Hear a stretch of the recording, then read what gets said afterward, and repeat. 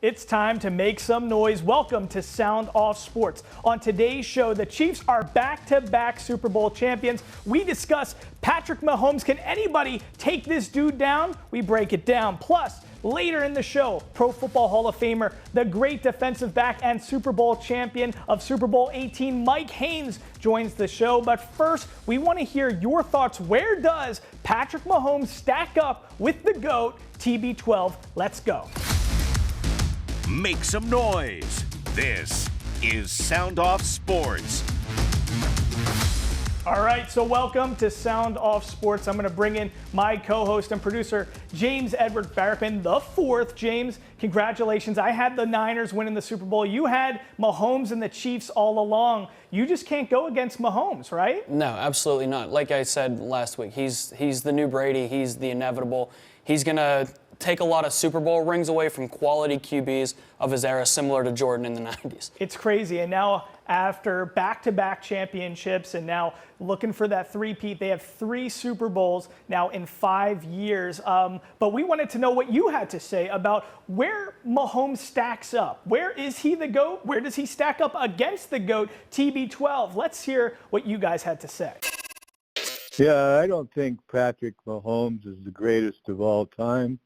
I think that he needs to take the pacifier out of his mouth and begin being a human being instead of a pampered little jerk. Okay, first of all, that hot off the press. I mean, wow, that's fiery and spicy stuff. Listen, I think to me, what's being really said there is we're not appreciating. We have an issue as sports fans to not appreciate greatness when it's occurring. People said the same stuff about Tom Brady when he was on his journey to becoming the GOAT. People said the same stuff about MJ when he was winning all those rings with the Bulls. So let's just appreciate greatness in the moment rather than hating upon greatness. But I feel like so many sports fans, that's the compulsion. They need to do that. They need to hate the best player out there, and I don't get it. It's a natural reaction for sports fans when a guy like Tom Brady, a guy like Patrick Mahomes is keeping your team from winning titles. Yes. It's a natural reaction to dislike that person, so I get it. That makes sense. Let's get into this next one. Patrick Mahomes isn't even close to being a GOAT. He's only got 3 Super Bowl wins, which his defense and the bad coaching from the other teams, he'll have to kiss Tom Brady's ring for a very long time. I mean, yeah, I agree. Listen, he's not the GOAT, but if we had to put money on who could become the GOAT, I think it's pretty likely Mahomes is going to do that just by the eye test. I mean, I've watched all of Brady's Super Bowls. To me, I watched Patrick Mahomes. I've never seen anybody do what he does on a football field. It's just striking how he's like a supernatural being at the quarterback position. It's ridiculous. So, yes, is he the GOAT today? No. But will he most likely become the GOAT? Yes. I agree with you. I don't know if it's going to be really tough to catch Brady with 7 rings. He has 4 more to go. Montana's got 4. He'll catch Montana, obviously. But I would agree that he's well on his way. Yeah. All right. And let's hear one last thing somebody had to say. I don't see how he can be considered the GOAT along with Tom Brady when he hasn't even won half the number of Super Bowls that Brady has won, okay? He hasn't even won 4, which Joe Montana has won. So let's pump the brakes a little bit. Yeah, no, so this goes right back to what I was saying. He's not even at Montana yet, so let's chill a little bit with calling him the GOAT. Yeah, he's not even at Bradshaw yet. But I don't think people quite put Bradshaw in that category with Montana and Brady. I do, I'm a Steelers fan, but that's neither here nor there. Can he catch Brady with 7? That's the question. He is well on his way. Look at these stats really quick. Playoff wins before the age of 30. Brady had 12. Mahomes is already at 15. And he's only 28. So Mahomes easily has the best chance of anybody we've seen to catch Brady. It's, only time will tell. I think a lot of it's going to come down to Andy Reid and how long he wants to stay as the head coach of that football team. But this really feeds directly into sink or swim. I want to talk about this because today's thesis for sink or swim is really about quarterback, the most important position in all of sports. And Patrick Mahomes is doing stuff that I really think is the most groundbreaking stuff I've ever seen on the gridiron. So there's been a very viral post that's been going out throughout after the Super Bowl championship. So get this, okay? Since 2001, there have been 125 drives in the NFL postseason under these circumstances, where the situation is it's the fourth quarter, there's under a minute left of play, and the team on offense is losing by either 7 points or fewer, okay? So there's been about 125 drives exactly in those circumstances since 2001. Only 40% of the time does the team on offense actually score the points and end up winning that game. So for instance, the GOAT, TB12, Tom Brady, he's 5-11 in those circumstances. That's 46%. Drew Brees, he's 3-6, 50% in those circumstances. And get this, Patrick Mahomes is 7 for 7. He's literally perfect under those circumstances. He overcomes in these moments, and it's hard to imagine how teams are going to take this dude down. Yes, you look at the 49ers roster, they had so much talent spread across the entire spectrum of the field. Yes, Steve Spagnuolo and the Chiefs defense, they're truly the unsung hero of that game. But for the Chiefs to only score 3 points in the first half and to come back and for him to will that team to have all those scramble and rushing yards on that last drive and to really catapult this team to back-to-back championships, it's incredible stuff. But let's get back to the true nature of this conversation. What everybody at home is really talking about is Patrick Mahomes the GOAT over Tom Brady? Well, I think it's unfair to have that conversation. What we can do is we can evaluate where they are both through their first initial 6 seasons as players. So both Patrick Mahomes and Tom Brady in their first year, technically on an NFL roster, they only played 1 game. So we're going to start in their second full season and then go through those 6 consecutive years. So let's look at this. 2001 to 2006 for Tom Brady. He's got 3 Super Bowls. He won in 2001, 2003, and 2004.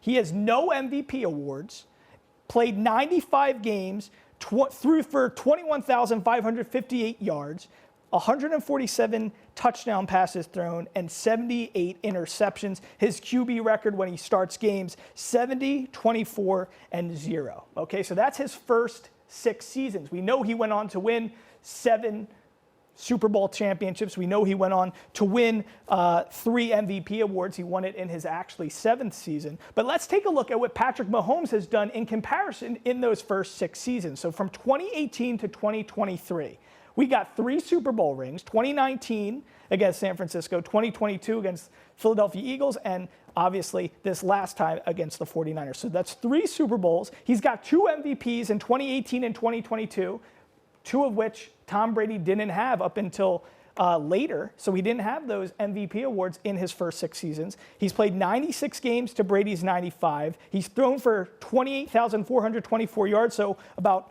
7,000 more yards, and 219 TDs to 147 and less interceptions with 63 to 78, and the record is even better. So to me, it's fair to evaluate 6 seasons to 6 seasons and what they have done with that groundwork. And I think if you look at the numbers and you see what the support system looks like, what he has accomplished at such a young age, at 28, if everything stays in place, we saw Steve Spagnuolo re-signed. We think Chris Jones is going to be staying. We're hoping Andy Reid and Travis Kelce are going to be staying if you're certainly a Chiefs fan. If those factors are still in place, it's going to be hard to see Patrick Mahomes going down anytime soon. Coming up after a short break, we got so much more action with you. We're talking to, yes, Super Bowl champion. We got to know what it's like to play on Super Bowl day. We got Mike Haynes, Pro Football Hall of Famer, joining us next.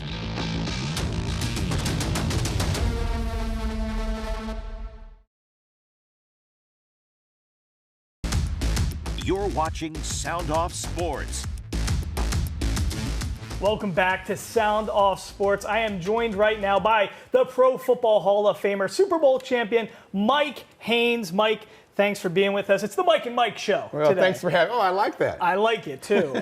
Listen, let's talk about a little bit of everything. We obviously, as a former Super Bowl champion who picked off Joe Theismann in Super Bowl 18 in that big blowout victory with the Raiders, I want to get your take on everything that happened in the Super Bowl. But let's start with this. You had a quote where you said about playing defense. You said, "You're always either bad or great. There are no in-betweens. I wish the public was more educated about defense, but they're not. I had some of my best games when I'm competing and shutting out a guy and it goes unnoticed." So in the Super Bowl, I think defense was a big story that kind of has gone unnoticed, I think. We saw what Steve Spagnuolo has done with the Chiefs defense. When you're evaluating the Super Bowl and how they held Patrick Mahomes, even the 49ers held them to 3 points, in the first half. Tell me from a defensive perspective what you saw from the Super Bowl.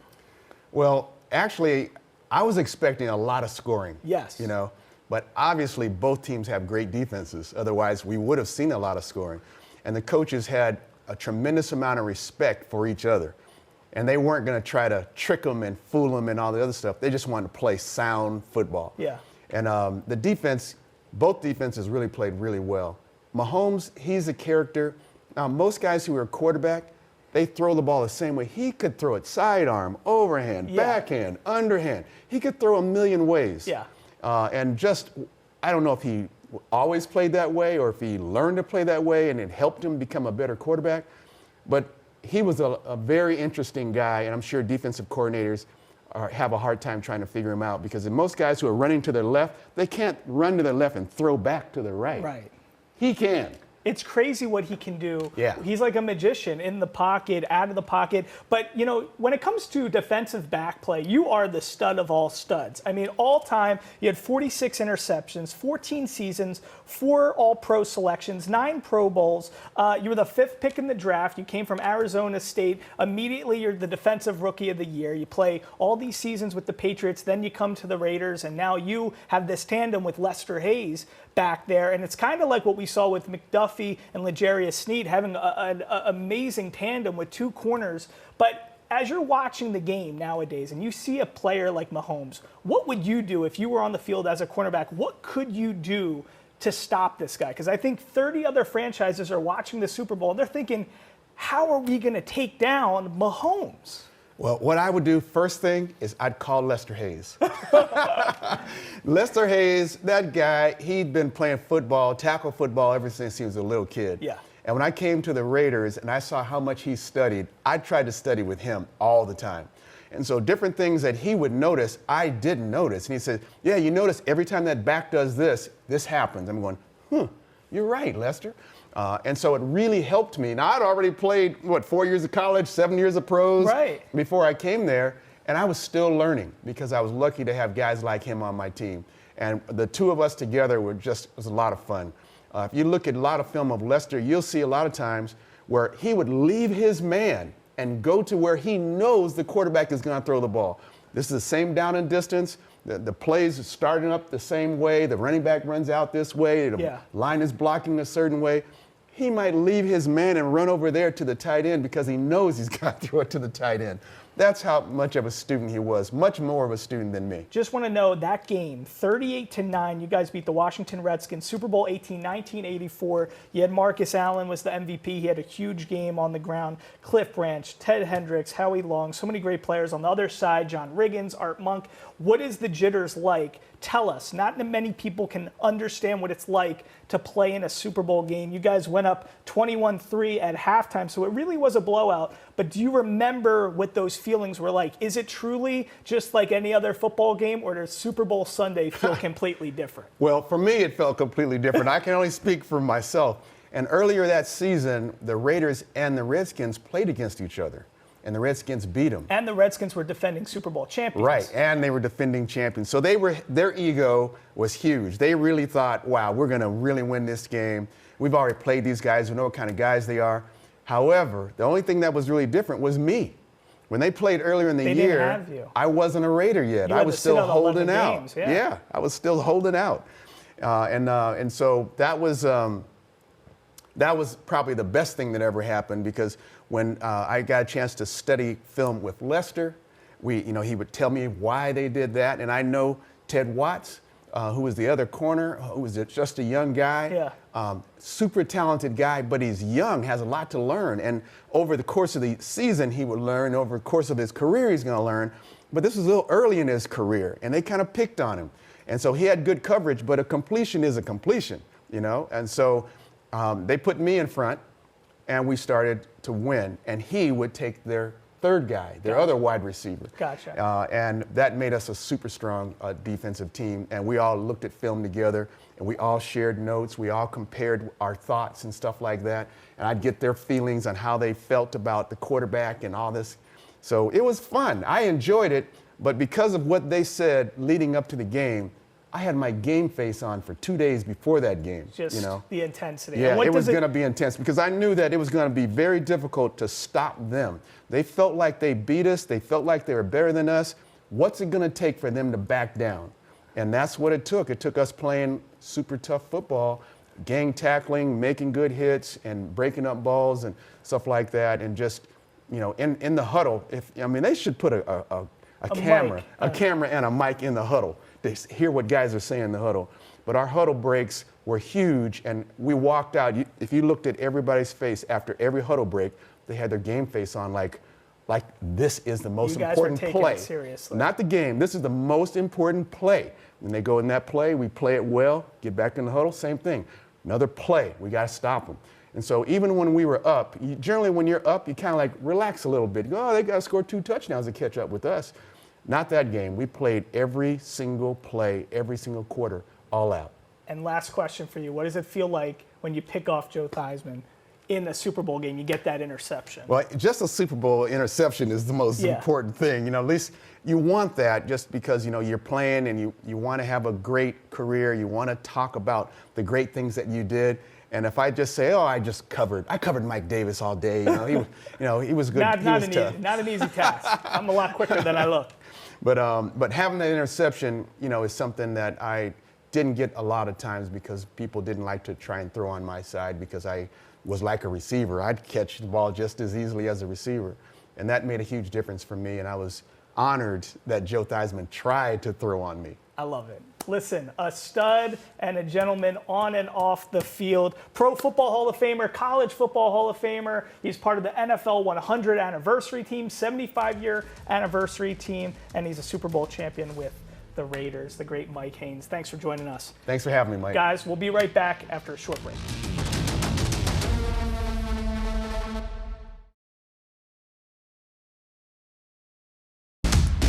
You're watching Sound Off Sports.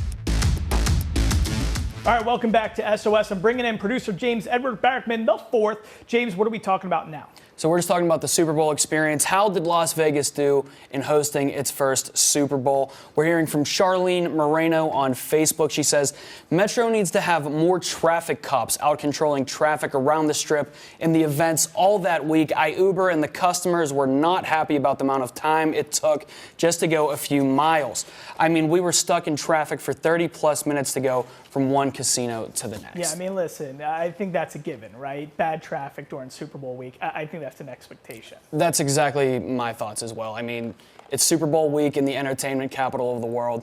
If there was an easy fix, I mean, Vegas has massive events like this every other week, seemingly. If there was an easy fix, it would get fixed by now. Yeah, all right. What else do people have to say? So this one's from Derek Ragunanan on Facebook. He said, should be here every year. Fantastic job, Las Vegas. So, James, tell us about that. You were covering the game. You were at the game. How did we do as a host city? Should we be hosting this every year? I wouldn't say host every year because I'm a fan of spreading the love a little bit. As much as I would love for it to be in this city every year, give other people a chance to host it. But no, I thought it was great all week long. I mean, opening night at Allegiant was beautiful. NFL Honors Friday night at Resorts World was great. The Super Bowl breakfast at Caesars Saturday morning was immaculate. And the fan experience at the Mandalay Bay Convention Center had everything from Hall of Fame busts to memorabilia auctions and skills competitions. I mean, I was out there knocking down field goals from 25 yards out. Probably would have been good from 45. I'm just like that. But when you look back at Super Bowl week, can you think of any major hiccups? I mean, to me, listen, I even from watching the game at home, I thought the field looked immaculate. You know, it's an incredible stadium to take in a game. So I think it was a beautiful thing. And I have to do a little cross promotion because we have a new show coming up called Sin City Beat. We're going to be doing a deep dive on everything from Super Bowl week when it pertains to Vegas as a host city. So make sure you look out for that because we're going to be doing a deep dive on all this kind of stuff. But guys, coming up after a short break, we're going to be giving you some more action here on SOS. Make sure you stick around. We got more action coming up in a short second.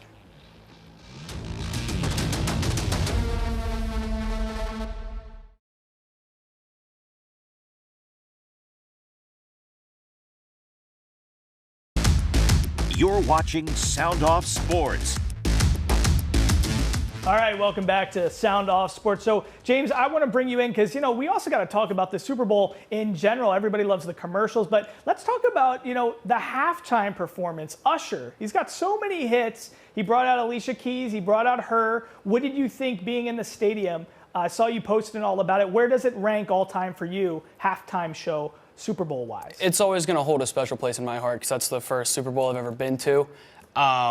Is it the greatest one ever? Yeah. Who's to say? I was not really excited about Usher when it was first announced that he was going to be doing the halftime show, but I have to say I was thoroughly impressed. He brought out Alicia Keys, that's my girl, Luda, and Lil Jon. I thought it was great. Is it up there with the Shakira J-Lo halftime show in Miami? I don't know about all that, but I loved it. You also like the Janet Jackson, Justin Timberlake one as well. Me, listen, I'm just gonna say Prince. I'm an old soul. Everybody knows at home I'm 32, but basically going 72.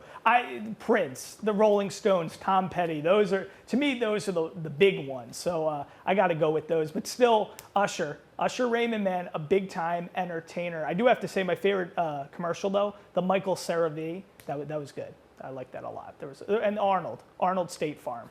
You gotta listen. There are some downfalls, James, to not being at home. You think, oh, you had it made because you were there. You didn't get to see the commercials. Exactly. That's the only downside. I got nothing to say here because I didn't see any commercials. You got nothing to say. All right, guys, we want to know what you got to say about those things, too. Send us an email at soundoffsports@kvvu.com, and also make sure you reach out on Facebook. We always want to hear what you have to say. We'll see you next time on Sound Off Sports.